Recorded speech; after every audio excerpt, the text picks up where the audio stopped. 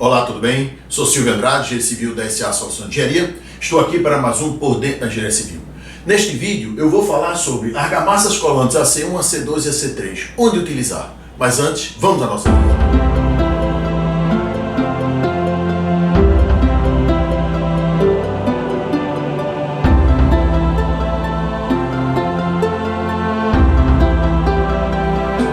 Veja bem, nós percebemos que existe muita dúvida onde se utilizar a argamassa colante AC1, AC2 e AC3. E isso cai em que? Naquela eterna economia e querer se utilizar a argamassa mais econômica.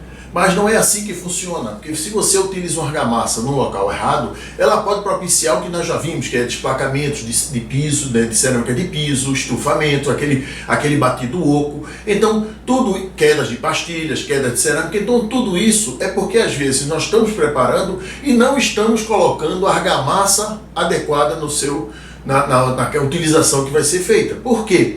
Porque a argamassa é igual ao concreto. Depois que você aplicou na cerâmica, aplicou na parede e lançou, só o futuro dirá se você utilizou a argamassa correta ou não. Então o ideal é a gente saber mais ou menos onde nós podemos utilizar cada uma das argamassas colantes, ok? Agora, antes de começar a falar delas, eu quero falar dos desempenhos das argamassas colantes. Ou seja, você tem a C1, a C2 e a C3, tempo em aberto 15 minutos, 20 minutos e 20 minutos. Ou seja, o tempo em aberto é aquele tempo que você aplicou a argamassa na parede ou na cerâmica e colocou e colou. Ou seja, é o tempo que você tem para fazer a colocação da cerâmica na parede. Tá? Porque passando mais o tempo, você vai perdendo a aderência da argamassa. Então, tem muitas quedas de pastilhas, que tem muito problema de piso, que passou-se o tempo em aberto e não foi muito bem aderida a cerâmica do piso ou na fachada, tá? Segundo, resistência, aderência e tração. Isso aqui é pela norma, tá? Então, vem, cura normal 0,505, 1 MPa, cura submersa 0,505, 1 MPa, 0,505 e 1 MPa. Essa daqui não faz na C1, tá? E deslizamento menor que 0,7 para todas elas. Então você vê que ela tem que atender. Então, veja a similaridade que você tem da C1 com a C2. Em relação à resistência, só muda um pouco que o tempo em aberto. Mas é uma similaridade muito grande. Então, quando é que a gente vai usar uma C1 ou uma C2? Por que a gente vai pagar mais caro por uma C2 ou vai pagar mais barato por uma C1? Ou por que a gente paga mais caro por uma C3? Então, tudo isso nós temos que perceber pelas características de cada argamassa. Então, vamos lá. Argamassas colantes AC1, AC2 e AC3. Então veja, todas as argamassas são feitas de quê? Cimento, mais agregados minerais, mais aditivos. O que é que varia da AC1, AC2 e AC3? Quantidade de cimento e aditivos. E o mais significativo são os aditivos. Por quê? Porque os aditivos ele promovem dois efeitos interessantes. O primeiro, ligações são químicas. E o segundo, quanto mais aditivo, maior a flexibilidade da argamassa. Você consegue ter uma argamassa mais flexível, que absorve mais aqueles esforços que ele vai ter, principalmente nas fachadas, né, de cisalhamento, tração. Então tudo isso é muito importante para que você tenha uma argamassa que vai lhe dar o que você precisa no seu revestimento. Então veja, a AC1 tem muito pouco aditivo. A AC2, quantidade significativa de aditivos, e a AC3, grande quantidade de aditivos. Tá? Então veja, a AC1, que tem muito pouco aditivo, o sistema de colagem dela é por ancoragem mecânica.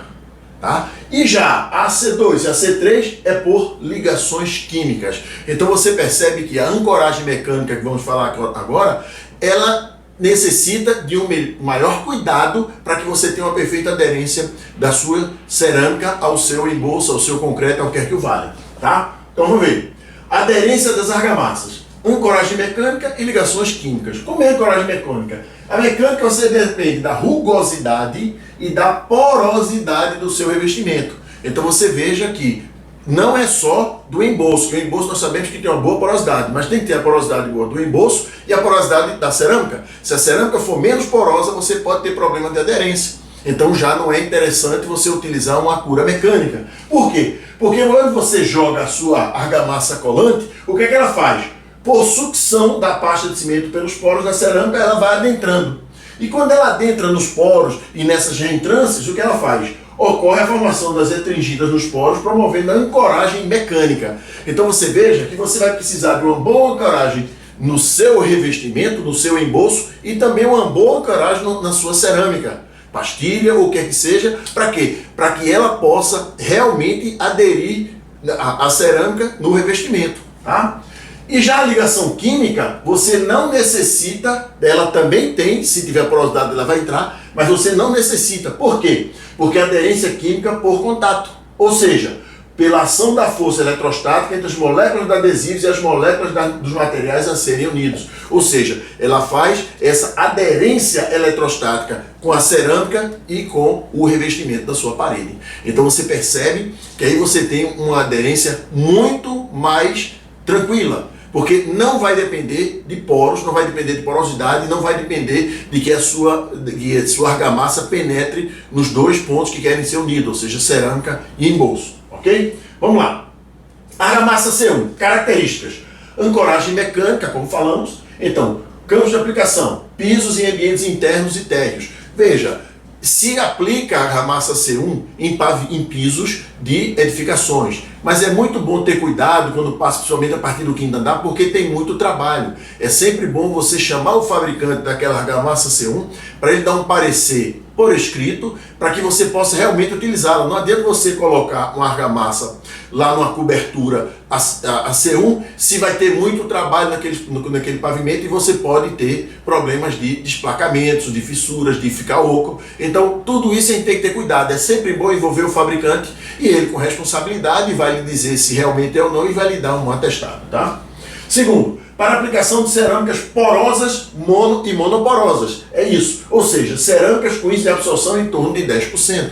Então você não pode aplicar um porcelanato com AC1. Por quê? Porque ele é muito pouco poroso. Então você tem que ter muito cuidado. Você tem que saber qual é a porosidade da cerâmica que você vai utilizar para que você possa utilizar a cerâmica, a argamassa colante AC1. Ok? Então tudo isso é muito cuidado. Argamassa C2, características, ligações químicas, já é bem melhor, pouca flexibilidade, mas campos de aplicação, possui propriedades que permitem absorver os efeitos de variação de temperatura e umidade e a ação do vento. Então, com isso, pode ser utilizado em ambientes internos e externos, pode ser aplicado em pisos, paredes e lajes de até 5 metros de vão. Veja, até 5 metros de vão, tá? Porque aí já vai superar a flexibilidade dela se for um vão maior, tá?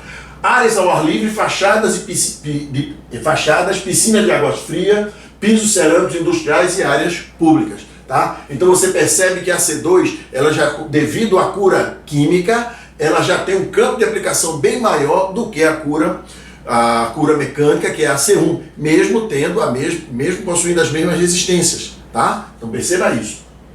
E a argamassa C3, características, ligações químicas, maior flexibilidade, então por isso que a C3 é muito apropriada para fachada. Por quê? Porque você vai combater os esforços, ele vai absorver melhor aqueles esforços de cisalhamento, do trabalho que você tem numa fachada, entre outros.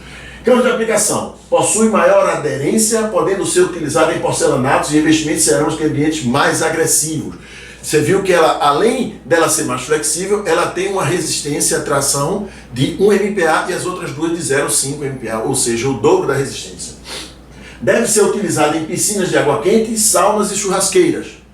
É utilizada para assentar placas grandes acima de 60 por 60. Então você vê o seguinte, que a AC3 é uma argamassa que ela está indicada para situações mais agressivas, não só de temperatura, como também de trabalhos. Então a gente tem que ter muito cuidado quando a gente especifica uma argamassa AC1 ou AC2 em pontos que possam favorecer desplacamentos futuros. Que é como eu digo, se você coloca uma argamassa AC1, AC2 ou AC3, a aparência é muito igual, vai colar a cerâmica naquela hora, mas o futuro vai dizer se você utilizou errado ou não. Então é sempre bom ter a consciência que a economia na argamassa pode lhe causar um grande transtorno no futuro, com quedas de cerâmica, com piso sendo estufado, tendo o ponto oco. Então tudo isso é muito complicado para a gente fazer, tá? Então veja, resumindo os campos de aplicação das argamassas colantes. Então, vamos lá. Poder de aderência, muito maior a C3. Então é isso que a gente tem que analisar. Não é a economia que a gente tem que fazer, a gente tem que colocar a argamassa perfeita para não ter problemas no futuro. Áreas internas, quarto, sala e corredor, sim. Lembrando que a C1, pavimento térreo, e analisar melhor se for uma edificação. Áreas molháveis, varandas, cozinha e serviço, também todos os três podem ser utilizados, ressaltando o problema da argamassa C1, que você tem que analisar melhor. Áreas externas, varanda e ambiente de ar livres, não, sim e sim. Tá?